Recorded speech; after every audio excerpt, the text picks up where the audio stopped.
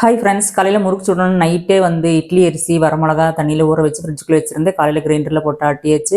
1 kilo அரிசிக்கு 1/2 kilo பொட்டுக்கடலை நல்லா பவுடர் பண்ணி மிக்சியில் போட்டு பொடிச்சு சலிச்சு எடுத்து வச்சுட்டேன். அதுக்குள்ளே ஒரு டீ குடிக்கணும். டீ குடிச்சிட்டு தான் நெக்ஸ்ட்டு வேலை. கொஞ்சம் ஓமம், எள்ளு, ஜீரகம் அதை எடுத்து வச்சு கழுவி வச்சுட்டேன். கொஞ்சம் உளுந்து, ஒரு சின்ன டம்ளரில் உளுந்து நல்லா வறுத்து பொடிச்சு மிக்சியில் போட்டு நல்லா பவுடர் பண்ணி நைஸான சல்லடையில் சலிச்சு எடுத்தாச்சு. எள்ளு ஓமெல்லாம் கழுவி போட்டாச்சு.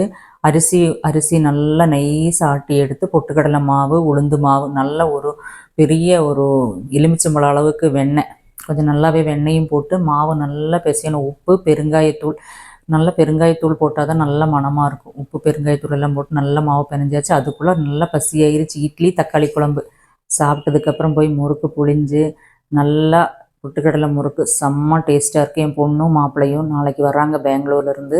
என்னோடய கசின்ஸ் வராங்க. நான் தங்கச்சி வீட்டுக்கு போனோம். இவங்களுக்கெல்லாம் நல்ல டேஸ்ட்டான ஒரு ஸ்நாக்ஸுக்காகத்தான் இந்த முறுக்கு செஞ்சு. இந்த வீடியோ பிடிச்சிருந்தா சேனலை சப்ஸ்கிரைப் பண்ணுங்கள். தேங்க்யூ.